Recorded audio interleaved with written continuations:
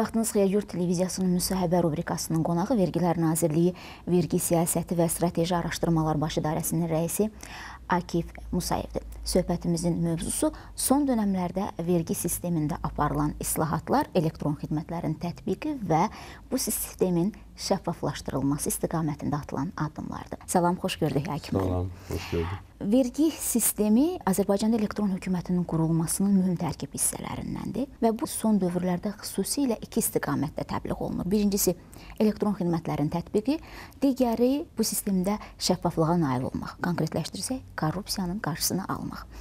Hər iki istiqamətdə hansı konkret nəticələr var? Bu tədbirlərin əsas məqsədi vergi ödəyiciləri ilə vergi orqanı əməkdaşlarının vergi sisteminin bilavəstə birbaşa ünsiyyətinin aradan qaldırılması, yəni bu isə sözsüz ki, bu ünsiyyət nəticəsində baş verən negativ halların aradan qaldırılması, şəffaflığın təmin olunması istiqamətində aparılan addımları idi. Bu günləri demək olar ki, bütün hesab fakturalar elektron şəkildə təqdim olunur. Bu təxminən 98,9% deməkdir. Bütün hesab fakturalar. Yəni, bu günləri milyon yarım hesab faktura elektron şəkildə ötürülür. 1.200.000 bəyannamə elektron şəkilində təqdim olunur. Vergi ödəyicilərinin bütün müraciətlərinin hamısı elektron qaydada qəbul olunur və onlara müraciətlərinin, sorğularının hansı mərhələdə olduğu haqqında 3 gün müddətinə məlumat verilir. Və vergi ödəyicisi, vergi orqanına müraciət edən vətəndaş istənilən vaxtı onun müraciətinin hansı icra mərhələsində olduğu haqqında ətraflı məlumat əldə etmə imkanına malikdir. Bu söylədiyiniz nailiyyətlərin bölsək, nə qədər hissəsi şəhərin, nə qədər hissəsi əyalətlərin payına düşür? Etiraf eləyək və bu reallığı hamı bilir ki, Azərbaycanda elektronlaşma, konkret olaraq internetdən istifadə imkanları şəhərdə maksimum səviyyədədir, əyalətlərdə biraz ondan geridir. Və məhz internet vasitəsilə sizin bu elektron xidmətlərinizdən istifadə etmə imkanlarında bölgələr şəhərdən nə dərəcədə geri qalır? Mən deyərdim ki, bu günləri Azərbaycanın vergi sistemində regionlarla mərkəzdə olan xidmətin səviyyəsində elə bir fərq yoxdur. Çünki birincisi vergi sisteminin daxili elektronlaşması demək olar ki, ərazi və yaxud mərkəzin heç bir fərqi yoxdur. İkincisi, biz hansı ərazidə, hansı rayon mərkəzində vergi orqanı mövcud deyilsə, həmin ərazilərdə vergi ödəyicilərinə xidmət terminalları yaradılıb.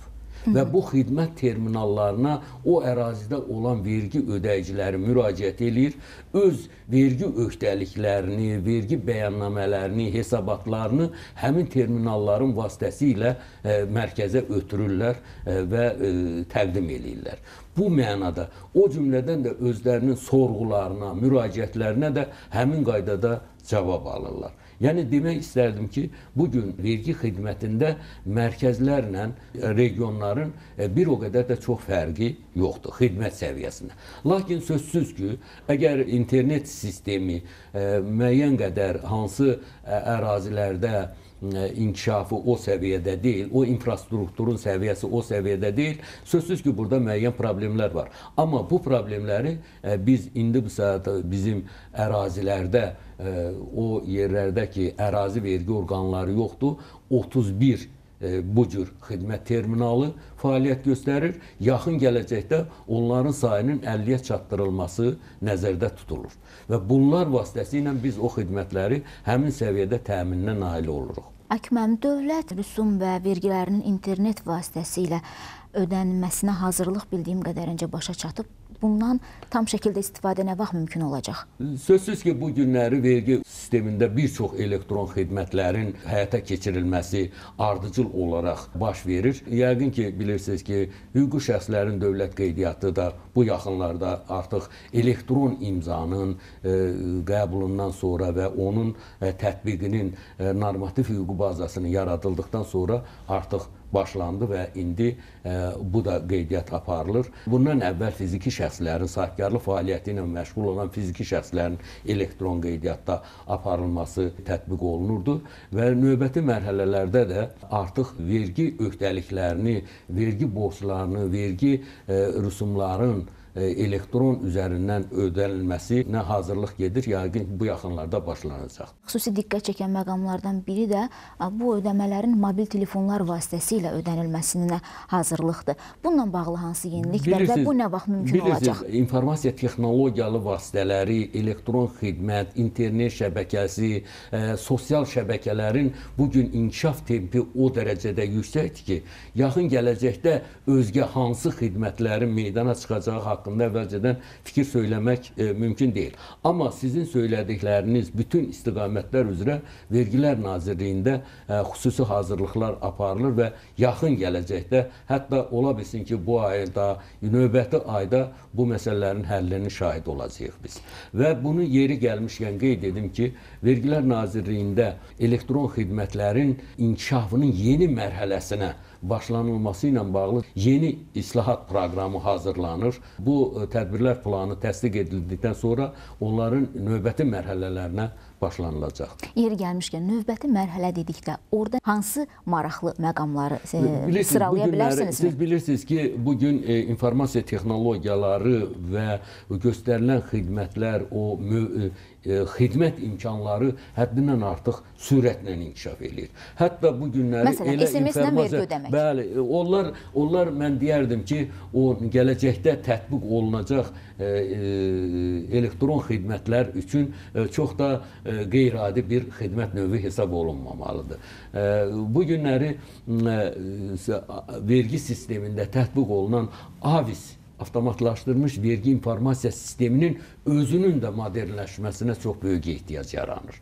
Baxmayaraq ki, o çox progressiv və kifayət qədər bugün imkanlara malik olan bir sistemdir. Amma informasiya texnologiyasının inkişafı, yeni informasiya vasitələrinin meydana gəlməsi, yeni vergi tutma bazalarının meydana gəlməsi, elektron ticarətin meydana gəlməsi, elektron auditin meydana gəlməsi, qeyri-maddi aktivlərin vergiyə cəlb olunması ilə bağlı vergi bazasının yaradılması və s. tələb edir ki, o informasiya texnologiyalarının yeni mərhələsinə keçilsin. Bugün elektron audit sahəsində çox böyük progressiv üsullar var ki, misal üçün səyyar vergi yoxlaması zamanı vergi orqanı əməkdaşları vergi ödəyicilərində getməklə o yoxlamaları həyata keçirir. Amma dünyada bugün elektron audit sistemi var ki, vergi orqanı vergi ödəyicilərinə getmədən onların ötürdükləri elektron hesabatın, onlarda olan məlumatların əsasında artıq səyyar vergi yoxlamasını həyata keçirmə imkanı var. Akməm, təbii ki, qeydiyyatdan keçən fərdi sahibkarların çox aparılır.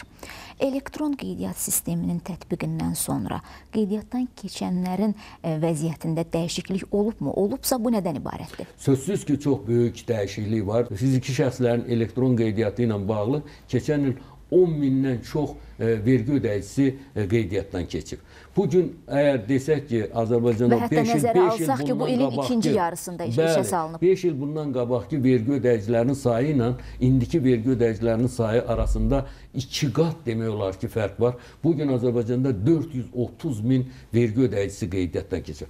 Düzdür, 10 milyonluq əhali üçün 430 min vergi ödəyicisi elə də böyük bir rəqəm hesab olunmaya bilər. Amma nəzərə almaq lazımdır ki, Azərbaycanda vergi ödəyicisi deyiləndə yalnız hüquqi şəxslər və sahibkarlıq fəaliyyəti ilə məşğul olan fiziki şəxslər başa düşülür. Yəni, əhalimizin, baxmayaraq ki, biz də vergi ödəyicisiyik, amma biz vergi ödəyicisi kimi qeydiyyatda deyilik. Amma adam başına düşən vergi ödəyicilərinin sayına görə Azərbaycan elə də müqayisəli şəkildə aşağı yerlərdə deyil. Orta yerlərdən birindədir. Siz texnoloji yenilikləri sadalayanda elektron auditində adını çəkdiniz. Bu sistemin nə vaxt işə düşəcəyi maraqlıdır və elektron audit sistemi işə düşdükdən sonra negativ halların qarşısını nə dərəcədə almaq mümkün olacaq? Elektron auditə keçilməsi üçün yenə çox böyük hazırlıq işlərinə ehtiyac var. Bugün Azərbaycanın vergi sistemində elektron xidmət səviyyəsi, informasiya texnologiyalarından təminat səviyyəsi, islahatların aparılma səviyyəsi o səviyyədədir ki, elektron audit kimi dünyada ən yüksək metodologiyanın Azərbaycana gətirilməsi və vergi sistemində tətbiq edilməsi üçün kifayət qədər zəmin yaradılıb. Və o metodologiyanın tətbiqi üçün Azərbaycanın vergi sistemində müvafiq hazırlıqlar aparılır. Birinci növbədə hansı hazırlıq aparılmalıdır? Kadr hazırlığı aparılmalıdır. Bu sahədə artıq treninqlər başa çatmaq üzrədir. Həmin sistemin tətbiqi üçün qanunvericilik bazası yaradılmalıdır. O layihə hazırlanıb müvafiq dövlət strukturlarına təqdim olunub. Bundan başqa onun informasiya bazası yaradılmalıdır və artıq demək olar ki, o informasiya bazasının yaradılması ilə bağlı hazırlıq işləri başa çatmaq üzrədir. Yəni bu istiqamətdə elektron auditin tətbiqi ilə bağlı lazım olan bütün hazırlıq komponentləri üzərində iş aparılır. Bu layihə Hollandiya Krallığı ilə birgə Twinning proqramı çərçivəsində həyata keçirilir və o 2 illik proqramdır. Artıq onun birinci ili başa çatıb, ikinci ilinə başlanıb. Yəqin ki, bu 2 ilin axırında məhdud sayda elektron auditin aparılması ilə bağlı işlər başlanacaq. Sözsüz ki, zaman keçdikcə bunun əhatə dairəsi genişləndiriləcək. Burada bilirsiniz, təkcə vergi orqanının bu sahədə elektronlaşması, onun metodologiyasının yaradılması kifayət deyil. Bu tədbirin həyata keçirilməsi üçün vergi ödəyicisi də öz uçot sistemini onun tələblərinə uyğun qurmalıdır. Yəni o da elektronlaşmalıdır. Və bu doğrudan da çox istənilən bir haldır ki, elektron xidmət sahəsində həyata keçirilən bu layihələr eyni zamanda vergi ödəyicilərinin də fəaliyyətinin elektronlaşmasına şərait yaradır və tələb edir və zərurət yaradır. Bu da sözsüz ki, vergi orqanının fəaliyyətinin şəffaflaşmasına xidmət eləyir. O neqativ halların minimuma yendirilməsinə xidmət eləyir. Eyni zamanda vergi ödəyicilərinin fəaliyyətinin şəffaflaşmasına, oradakı neqativ halların aşağı düşməsinə şərait yaradır. Vergilər Nazirliyi dediyiniz kimi ən son müasir texnoloji yenilikləri tətbiq edir. Və təbii ki, belə böyük layihələr tətbiq olunanda digər əlaqədar strukturlarla işbirliyi də lazımdır. Həmin strukturlar nə dərəcədə hazırdır bu cür sistemlərin tətbiqinə və yaxud belə deyək, belə çox müasir layihələr işlənib hazırlanarkən onların tətbiqi zamanı hansı məqamlarda problemlər və hansı problemlər ortaya çıxır? Siz bilirsiniz ki, Cənab Prezidentin sərəncamları ilə Azərbaycanda elektron hökumətin qurulması ilə bağlı xüsusi tapşırıqlar verilib. Bütün icra strukturlarına və bu sahədə bütün icra strukturlarında elektron hökumətin qurulması ilə bağlı işlər gedir. Amma hər sahədə eyni deyil. Amma bütövlükdə bu işlər gedir. Misal üçün, elektron auditin aparılması ilə bağlı və yaxud da elektron qaydada vergi öhdəliklərinin yerinə yetirilməsi ilə bağlı, nəzarət kassa aparatlarının qurulmasında GPS sisteminin tətbiqi ilə bağlı, lazımdır ki, bank sistemləri ilə bu sahədə işlərin qurulması, digər icra strukturlarının, hüquq mühafizə orqanları ilə, digər iqtisadi bloka daxil olan qurumlarla bu sahədə işbirlikləri qurulur. Sözsüz ki, və bu informasiya mübadiləsi aparılır. Çünki bugün vergi orqanında toplanan informasiyalar təkcə vergi ödəyicilərinin təqdim etdikləri informasiya, hesabat materialları deyil. Vergi orqanının özündə və vergi orqanına daxil olan digər strukturlardan, dövlət strukturlarından, banklardan daxil olan informasiyalar o vergi öhdəliklərinin,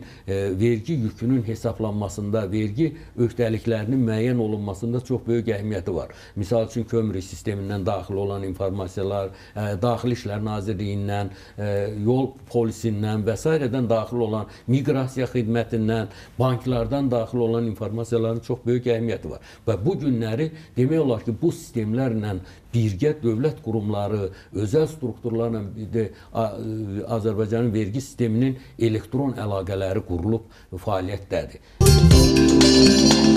Müxtəlif sahələrin inkişafı üçün vergi güzəştlərinin çeşidinin artırılmasına necə baxırsınız? Məsələn, kitabın idxalına qoyulan verginin götürülməsinə.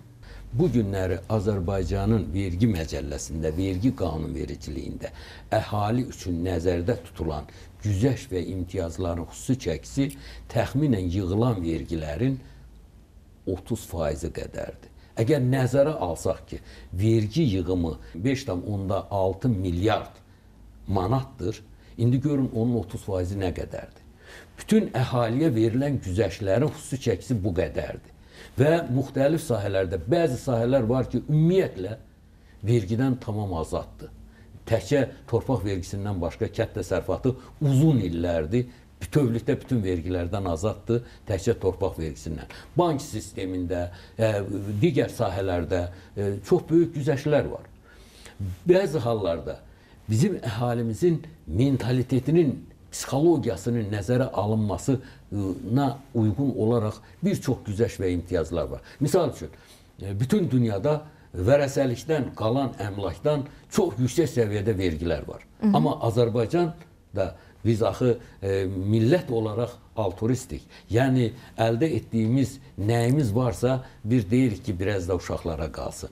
Və o da bizim vergi məcəlləsinin hazırlanması zamanı ulu öndərimiz Heydər Əliyev tərəfindən bilavə göstəriş ilə o əmlakın vergidən azad olunması müddəası vergi məcəlləsində təsbit olunub. Və yaxud əhalinin malik olduğu yaşayış yerlərinin müəyyən bir hədd var ki, ondan aşağı olanlar ümumiyyətlə vergidən azaddır. Və s. Bu cür güzəşt və imtiyazlar bütün vergi, Azərbaycanın vergi məcəlləsi çərçivəsində tətbiq olunan 9 verginin hər birində var. Amma mütəxəssis kimi mən bütövlükdə güzəşt və imtiyazların minimuma yendirilməsinin tərəfdarıyam. Çünki istənilən güzəşt və imtiyaz vergi ödəyiciləri arasında diskriminasiya yaradır. Və vergi məcəlləsinin əsas prinsiplərindən biri isə vergi ödəyiciləri arasında diskriminasiya yol verilməməsidir. Çünki istənilən halda bir güzəşt və imtiyaz olan yerdə bir vergi ödəyicisi onun hüququnun olmaması şərti ilə o güzəşt və imtiyazların altına girə bilər. Ondan istifadə edə bilir. Çünki vergidən yayınmaq üçün müəyyən bir imkan yaranır. Digər tərəfdən də bir vergi ödəyicisi öz biznesini quranda başqa vergi ödəyicisi qarşısında müəyyən bir üstünlük qazanır. Əgər ona güzəşt varsa, bu da yol verilməzdir. İndi Akif müəllim, bugün o varsa, qanun bunu təsbit eləyirsə, təbii aydın məsələdir ki, vergi orqanı, vergi güzəştlərinin maksimum yox, minimum olmasını istəyəcək, normaldır. Demək istəyirəm ki, bir mütəxəssis kimi sizin fikriniz necədir? Əgər söhbət bunun minimuma endirilməsindən gedərsə də belə, reallığımızı nəzərə alaraq o minimumun daha çox hansı sahələrə aid olunması sizcə düzgün olardı? Mən belə fikirləşirəm ki, bir mütəxəssis kimi zaman-zaman verilən güzəşt və imtiyazların monitorinq aparılmalıdır. Elə hallar var ki, əvvəllər, misal üçün, müstəqilliyimizin ilk dövrlərində, iqtisadiyyatımızın hələ zəif olduğu dövrlərdə formalaşmadığı və o bazar iqtisadiyyatının prinsipləri, mülkiyyət münasibətləri formalaşması zəif olduğu dövrlərdə bu və ya güzəştlərə ehtiyac var idi. Amma artıq cənab prezident İlham Əliyev də elan etdiyi kimi Azərbaycan iqtisadiyyatında keçid dövrü başa çatdı. Yeni bir inkişaf mərhələsinə, bilik iqtisadiyyatına, innovasiya iqtisadiyyatına keçilməsi ilə bağlı artıq böyük zərurət, böyük hazırlıq işləri və şərait yaranıb. Bu dövrdə 2000-ci ildə və s. ondan əvvəlki dövrlərdə tətbiq olunan güzəşt və imtiyazların bugün mövcud olmasına bəyəm ehtiyac varmı? Sözsüz ki, ola bilsin ki, yeni bir güzəşt və imtiyazlar sisteminin formalaşmasına ehtiyac var. Yəni, ola bilsin ki, bilik iqtisadiyyatının formalaşması ilə bağlı, yeni innovativ metodların işlənib hazırlanması ilə bağlı ola bilsin ki, dünyada mövcud olan texnoparkların yaradılması, biznes inkubatorlarının yaradılması, iqtisadi xüsusi zonaların yaradılması və s. ilə bağlı gələcəkdə də güzəşt və imtiyazlar verilə bilər. Bu, əgər Azərbaycan dövlətinin, Azərbaycan iqtisadi sisteminin, Azərbaycanın iqtisadi potensialının, qeyri-dövlət sektorunun inkişafı ilə bağlıdırsa, sözsüz ki, olacaq da və bu sahədə addımlar atılacaq. Amma ümumiyyətlə, konkret olaraq bu sahənin bugün güzəştə ehtiyacı var, yoxdur və buna güzəşt verilməlidir. Bu işlənib hazırlanmalıdır, iqtisadi cəhətdən təhlil olunmalıdır və qiymətləndirilməlidir. Yalnız bundan sonra o güzəşt və imtiyazların verilməsi haqqında qərar qəbul oluna bilər.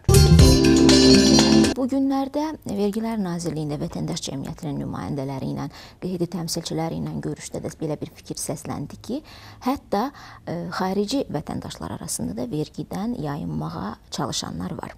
Gəlin bu barədə danışaq. Təbiidir ki, qanunvericiliyin sərtləşdirilməsi ilə vergidən yayınma hallarının qarşısını almağa çalışılır. Amma bugünkü reallıqda vəziyyət necədir? İstər yerli vergi ödəyiciləri, istər əcnəbi vergi ödəyiciləri, hətta o yükün əsas hissəsini daşıyan iri vergi ödəyiciləri arasında vergidən yayınma hallarının durumu necədir bugün üçün? Vergilər Nazirliyi deyə bilərmi ki, bu hal minimuma indirilir? Vergi sistemində bütün dövrlərdə vergidən yayınma halları var. Bu bir çox səbəblərdən mövcuddur. Bəzən vergi qanunvericiliyində olan boşluqlardan istifadə olunur. Bəzən vergi inzibatçılığında olan imkanlardan istifadə olunur. Bəzən ümumiyyətlə vergi qanunvericiliyindən pozulması ilə bağlı olur və s. Azərbaycanda 430 min bayaq qeyd etdik vergi ödəyicisi var. Cəmsi 2300 vergi orqanı əməkdaşı var. Və 2300 vergi orqanı əməkdaşı vergidən yayınmanın aşkar olunub vergiyə cəlb olunması ilə bağlı işlər aparır. 430 min vergi ödəyicisi də o mövcud imkanlardan istifadə edib vergi yüklərinin azaldılmasına çalışırlar. Və bu mübarizə vergi orqanı və vergi ödəyicisi arasında daimi var. Azərbaycanın vergi sistemində bu halların aşkar olunub, vergiyə cəlb olunması ilə bağlı həm bax bu elektronlaşma, audit sisteminin təkmilləşdirilməsi, operativ nəzarətin təkmilləşdirilməsi və digər mənbələrdən əldə olunmuş informasiyalara görə vergilərin hesablanması və alınmasının təmin olunması istiqamətində ciddi işlər aparılır. Və vergi proqnozlarının müəyyən olunması zamanı da həmin o qeyri-qanuni fəaliyyət göstərən vergidən yayınma hallarının aşkar olunub vergiyə cəlb olunması ilə bağlı da müəyyən proqnoz tapşırıqları nəzərdə tutulur və vergi orqanı da həmişə bu proqnoz tapşırıqlarının yerinə yetirilməsi üçün bu işləri aparır. Bu bilavasitə mübarizə forması kimi bu təkcə vergi qanunvericiliyinin inzibatçılığının gücləndirilməsi hesabına yox, həm maarifləndirilməsi, əhalinin könüllü vergi ödəmə mədəniyyətinin yüksəldilməsi, könüllü əməl etmə səviyyəsinin yüksəldilməsi, öz vergi öhdəliklərini yerinə yetirmək üçün onların vaxt, zaman, vəsait və s. sərfinin minimuma yendirilməsinin təmin olunması, rüsumlardan azad olunması və s. istiqamətində kompleks tədbirlər həyata keçirilir ki, vergidən yayınma halları minimuma yensin. Bu indi nə dərəcədə buna nail olunur, artıq cəmiyyətimiz bilir. Hər halda vergi orqanları bu istiqamətdə çox ciddi işlər aparır. Ən önəmli istiqamətlərdən biri də nəğdsiz ödənişlərin səviyyəsinin genişləndirilməsidir, artırılmasıdır. Bizdə bununla bağlı hansı işlər görünür və bugün üçün neçə faizdir nəğdsiz ödənişlərlə bağlı ödənişlər? Nağd hesablaşmaların xüsusi çəkisi Azərbaycan iqtisadiyyatında çox təəssüf ki, Azərbaycanda başqa ölkələrlə, bir çox ölkələrlə müqayisədə çox yüksəkdir. Bu sözsüz ki, çox vacib bir məsələdir. Hətta hər il büdcə paketinin təsdiqi ilə bağlı fərmanda hökmən nağdsız hesablaşmaların xüsusi çəkisinin artırılması ilə bağlı dövlət qurumları qarşısında ciddi tapşırıqlar qoyulur. Və axırıncı illərdə də bu tapşırıqlar daha ciddi şəkildə qoyulub. Azərbaycanda nağdsız ödənişlərin artırılması, nağd ödənişlərin dövriyyəsinin, nağd pul kütləsinin məhdudlaşdırılması ilə bağlı ciddi tapşırıqlar verilib və ciddi işlər aparılır. Birinci növbədə nəzarət kassa aparatlarının quraşdırılması, post terminalların quraşdırılması, yanacaq doldurma məntəqələrində xüsusi avadanlıqların quraşdırılması və çeklərin vurulmaması zamanı yanacağın buraxılmaması və s. istiqamətində xüsusi tədbirlər həyata keçirilir. Vergilər Nazirliyinin bu sahədə xüsusi tədbirlər planı təsdiq olunub və o istiqamətdə işlər davam ettirilir. Əgər müqayisə üçün deyim ki, əgər nəzərə alsaq ki, keçən il müqayisədə demək olar ki, quraşdırılmış post terminalların sayı 2 dəfə artırılıb, 20 minə qədər post terminalların qurulması təmin olunub və bu iş kütləvi şəkildə davam ettirilir.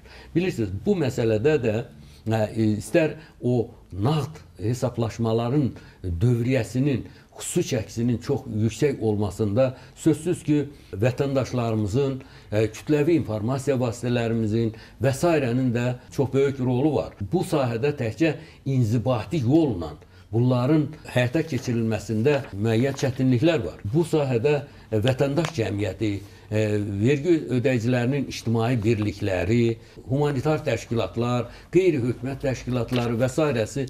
və xüsusilə də kütləvi informasiya vasitələrinin çox böyük rolu var. Siz bilirsiniz ki, nağd hesablaşmaların xüsusi çəkisinin yüksək olması təkcə iqtisadi bir problem deyil.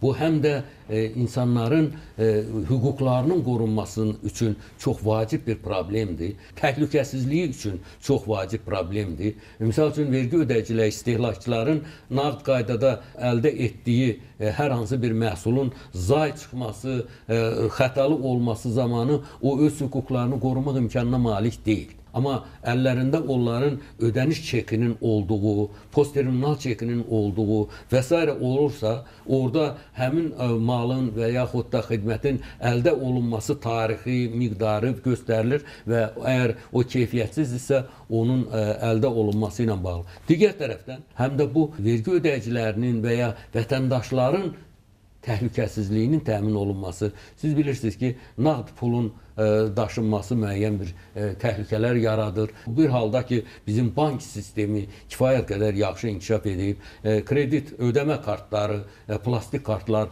şəbəkəsi çox geniş yayılıb. Bundan istifadə etməkdə çox böyük ehtiyac vardır. Çox qəribədir ki, bizim insanlar nağd pulla ödəniş aparmaqda çox meyillidir. Hətta belə var ki, plastik kartlardan gedib pulları nağd çıxardıb, ondan nağd əməliyyatlar aparırlar. Bizim insanlar əli pula dəyməyən özünü kasıb hesab eləyir. Amma zaman etibarilə bizim əhalimiz kifayət qədər qanunvericiliyə meyilli bir insanlardır və yeni avadanlıqlardan istifadəyə meyilli bir xalqıq. Yəqin ki, onların da bu sahədə köməyi nəticə etibarilə nağd hesablaşmaların məhdudlaşdırılması ilə bağlı nailiyyətlərin əldə olunmasına gətirib çıxar. Vergi orqanı və dövlət strukturları ilə birlikdə bu sahənin həm stimullaşdırıcı tədbirlərin həyata keçirilməsi ilə bağlı, həm də inzibatçılığı ilə bağlı, yəni sanksiyaları ilə bağlı müəyyən təkliflər paketi hazırlayıb, aidiyyəti strukturlarda bu müzakirələr gedir.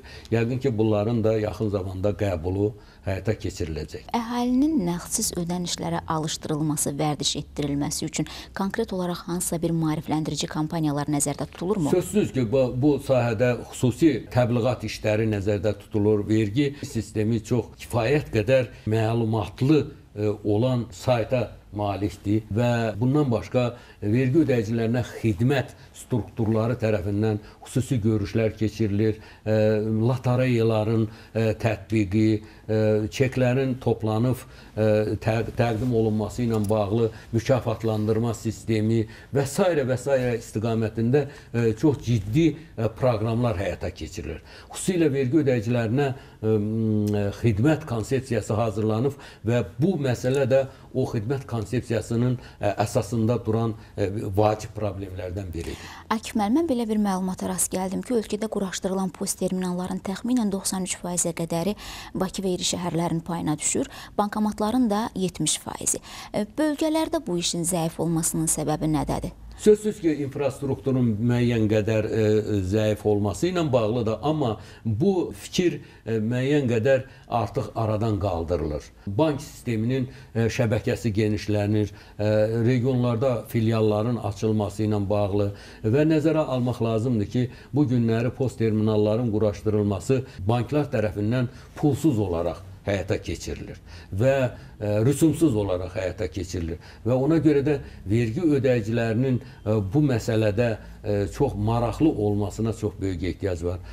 Bu günləri Vergilər Nazirliyində xüsusi bayaq dediyimiz kimi tədbirlər planı nəticəsində əsasında xüsusi tədbirlər həyata keçirilir və yaxın gələcəkdə mənə elə gəlir ki, nağd hesablaşmaların xüsusi çəkisi kifayət qədər aşağı salınacaq. Yəqin ki, bu həm də Azərbaycanda iri marketlər şəbəkəsinin sürətlə inkişaf etməməsi ilə bağlıdır. Bizdə yetərincə kiçik ticarət obyektləri var. Məsələn, tutaq ki, 4-5 kvadrat metrlik obyekti olan sahibkarlar maraqlı deyirlər post terminal quraşdırmağa, çünki onun özünə də bir xidmət mexanizmi var. Vergilər Nazirliyi bunun üçün hansı təsir imkanlarına malikdir? Nə düşünülür, nə planlaşdırılır ki, onlar da bu xidmətin tətbiqinə nail olsunlar? Yəqin ki, burada bilirsiniz, sözsüz ki, istənilən bir yeni texnologiya həm də kadrların hazırlanmasını tələb eləyir. Ondan istifadənin öyrədilməsinə ehtiyac var. Bu mənada vergi orqanları həm bugün birinci növbədə kiçik vergi ödəyicilərinin də pulsuz terminalların əldə olunması ilə, yəni heç bir xərc çəkmədən onların quraşdırılması ilə, istifadəsi ilə bağlı imkanlara malikdir. Bu təmin olunur dövlət tərəfindən. İkinci də sözsüz ki, vergi orqanları tərəfindən məlumatlandırma, maarifləndirmə, istifadə mexanizminin aşılanması ilə bağlı müəyyən treninqlərin verilməsi ilə bağlı, bank sistemi ilə bağlı, bank şəbəkəsi ilə birlikdə bu köməklilərin göstərilməsi ilə bağlı xüsusi proqramlar həyata keçirirlər. Ölkədə orta aylıq əmək haqqı 360 manat ətrafındadır və bəzi hallarda vergi əməkdaşları sahibkarlara təkid edirlər ki, gəlir vergisi də bu məbləğdən tutulsun. Amma reallıqda onlar əməkdaşlarına, öz işçilərinə 100-200 manat ətrafında maaş verirlər. Bununla bağlı fikirlərinizi bilmək istəyərdim və bu kontekstdə ikili mühasibatlıqla bağlı problemlər nə dərəcədə minimuma endirilə bilib, o barədə də fikirləriniz maraqlıdır. Sözsüz ki, bayaqdan dediyimiz o xidmətlərin inkişafı və hazırlanıb tətbiq olunması, bütün bunların hamısı həm də vergi ödəyicilərinin fəaliyyətinin şəffaflaşdırılmasına yönəlib. Və bu şəffaflaşma səviyyəsindən asılı olaraq o ikili mühasibətlik və s. başqa formalarda əmək haqqının ödənilməsinin də aradan qaldırılması, onun aşağı salınması sözsüz ki, həyata keçirilir. Amma məsələ belədir ki, vergi orqanlarında o əmək haqqından, o məbləğdən vergilərin hesablanması sahələrdən asılı olaraq fərqli bir yanaşmadır. Vergi orqanları ondan verginin hesablanması istiqamətində deyil, əksinə vergi ödəyiciləri tərəfindən əmək müqavilələrinin düzgün bağlanması, onlara düzgün əmək haqqının lazımi səviyyədə verilməsinin təmin olunması istiqamətində müvafiq dövlət strukturları ilə birgə iş aparır. İqtisadi İnkişaf Nazirliyi, Əmək və Əhalinin Sosial Təminat Nazirliyi, Sosial Müdafiə Fondu və s. ilə bu istiqamətdə ciddi işlər aparılır və demək olar ki, bu sahədə də müəyyən nailiyyətlər əldə olunur. Akif müəllim, vergi sistemində aparılan islahatlarda daha böyük uğurlara nail olunması üçün vətəndaş cəmiyyətinin, konkret insanların dəstəyi hansı səviyyədədir və Vergilər Nazirliyinin buna nə dərəcədə ehtiyacı var? Siz bilirsiniz, açığını Vergilər Nazirliyinin bu məsələdə vətəndaş cəmiyyətinin köməyinə və vətəndaşlarımızın, əhalimizin, bayaq qeyd etdiyimiz kimi xüsusilə kütləvi informasiya vasitələrinin bu məsələdə köməyinə çox böyük ehtiyacı var. Bayaq qeyd elədik, 430 min vergi ödəyicisi var, cəmi 2300 vergi orqan əməkdaşı var. Baxın, bu güclərin nisbətinə baxın. Bu istiqamətdə sözsüz ki, o deyilən strukturların çox böyük köməyinə ehtiyac var. Adicə deyin, nağd hesablaşmaların xüsusi çəkisinin aşağı salınması ilə bağlı, hər hansı bir alış-veriş edəndə çeklərin alınması ilə bağlı nə bir çətinlik var ki, əhalimiz əgər gündəlik o çekləri tələb eləsə, həm özlərinin hüquqlarını qorumuş olurlar, həm də nağd hesablaşmaların xüsusi çəkisinin aşağı salınması ilə bağlı müəyyən işlər görmüş olurlar. Bu, sivil bir cəmiyyətin tələbləridir. İstər-istəməz nağd hesablaşmaların minimuma yendirilməsi ilə bağlı sivil cəmiyyətlərdə çox böyük nailiyyətlər əldə olunub.